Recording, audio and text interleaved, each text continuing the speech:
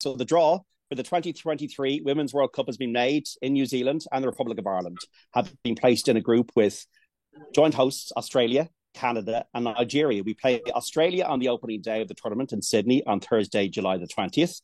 We then go to Perth to play Canada on Wednesday, July 26th. And the final group game is against Nigeria in Brisbane on Monday, July 31st.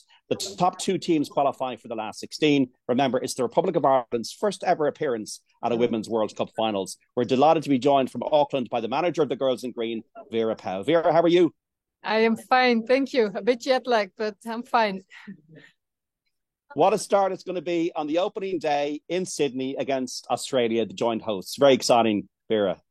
Something you can dream of, eh? I mean, if you go to the World Cup for the very first time and you are drawn against a home nation, playing in that full stadium, going over the world and having that challenge, it's just a dream come true, right?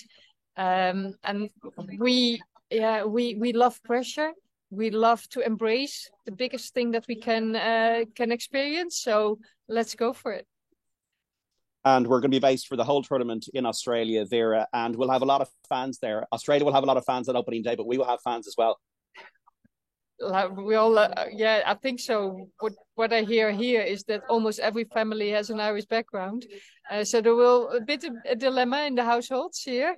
Are we going to support Australia or Ireland? And hopefully they will, the ones who are supporting Australia will also have a little spot in their heart for us. But yeah, it is tough. But yeah, and we have to travel a lot. It's the only group that is traveling that much, with 3 hours time difference between the first and the second game, and then 2 hours back, if I've been told rightly. So we have to make a lot of choices and a lot of decisions how to deal with it. But how fantastic is it? We have the Olympic champion in the group, and then Nigeria, that is by far the best of pot four. It is all tough, but on the other hand, yeah, we can also steal some points, and Nigeria can steal points. So let's see where we go. We know Australia very. We played them last year and we beat them.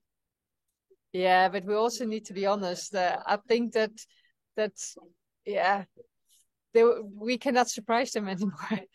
But it's true. We did win there. This will be a complete different game. Complete different pressure, complete different moment. They will be at their best. They will get out of the starting blocks, and I'm afraid that the first half hour we just need to make sure that we keep the ball out. But we've done that. We're used to that, and then hopefully this half year we can do more in our attack and keep the ball better, so that we can have a chance. What do you know about the Olympic champions, Canada, then, Vera?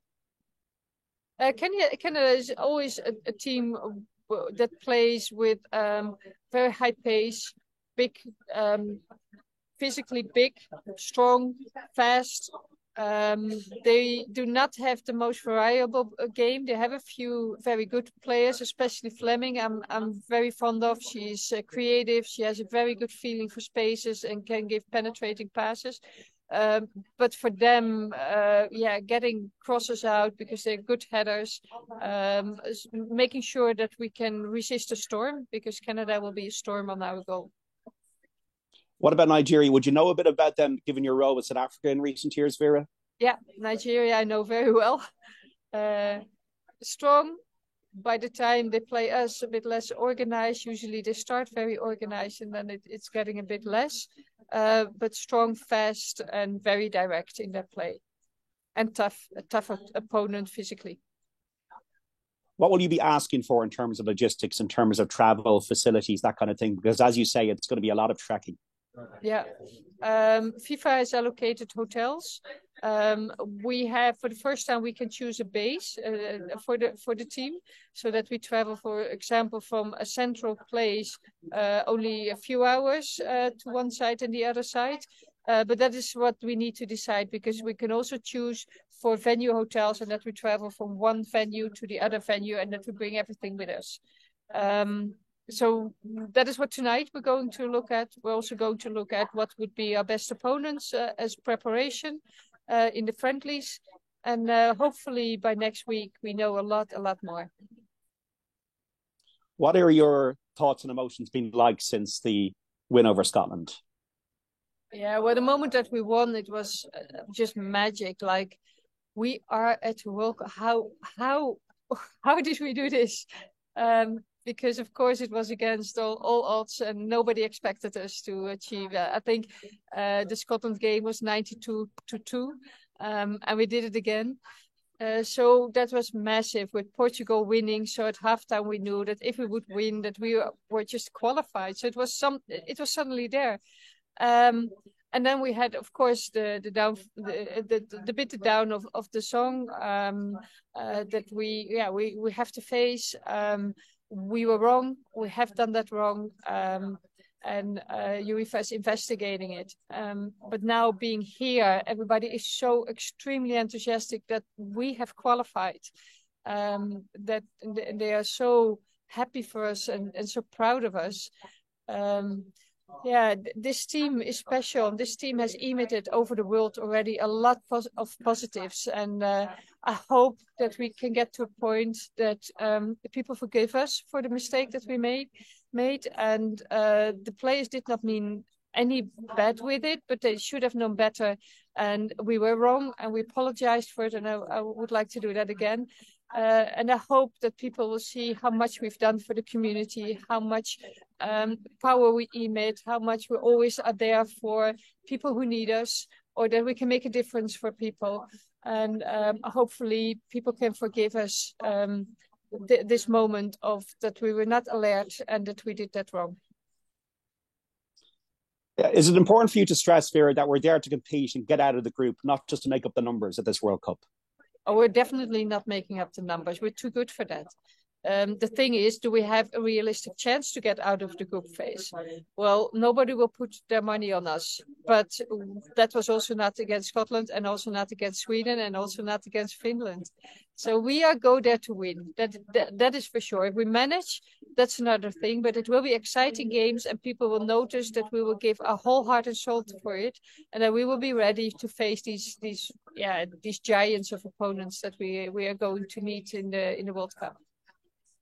What is on your agenda then for the next few months? Is it watching players? Is it going to games? Is it working out your squad? Is it going to Australia a few times? What's on the plan? The plan is that now these days we're going to look at all the venues, that we choose the hotels, that we make decisions in that. And for the players, we're looking, of course, always for players, for better players. It's a national team. It's never a set team. But hopefully we can find games in November. Hopefully we can sort it out. As you all know, we have used the money for the November to have a very good camp in June to qualify. But we do get money from FIFA, and we hope that we can manage to have games in November.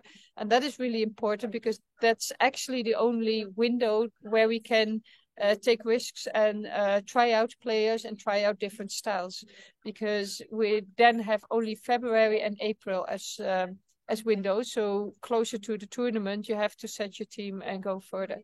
A lot of work to do. But I want to highlight also that we've already had a meeting in which we have discussed what can it do for the whole game in Ireland, what can we do for the National League, what can we do for grassroots, what can we do for education, how can we bring the World Cup, the experience and the knowledge of the World Cup back to the clubs in Ireland. So we're looking at a much broader perspective.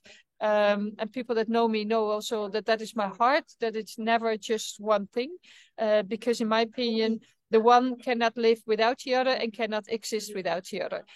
So we need to be there for them like they have always been there for us. You want a legacy out of this World Cup. You don't want it to be wasted. The legacy must be that the world knows the players, that the players will have a change of their lives. That little girls know that you can get to this stage if you really want it, and you put that as a goal into your development.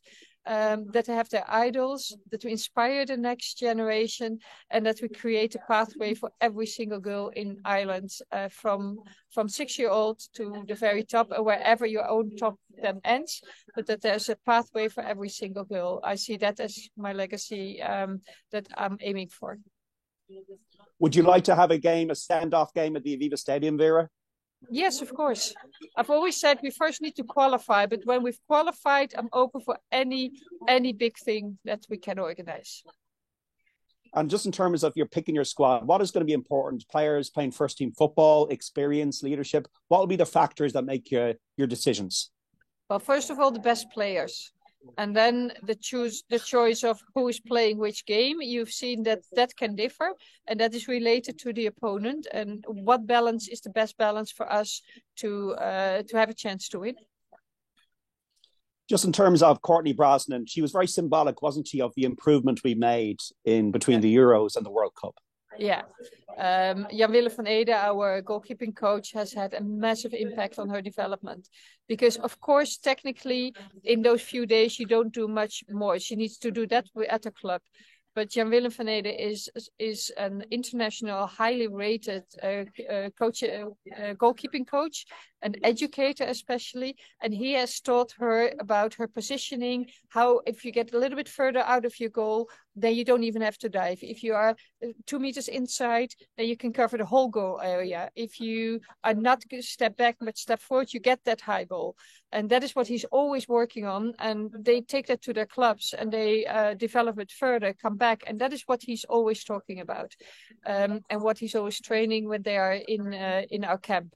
And you've seen such a massive improvement in the whole goalkeeping area in that sense. And yeah, that is fantastic to see. And yeah, Courtney, what I said, Amber made a difference in the goal, but Courtney to me was really the player of the match, because without her, we would haven't even been in the situation that the Amber goal would have given us the qualification.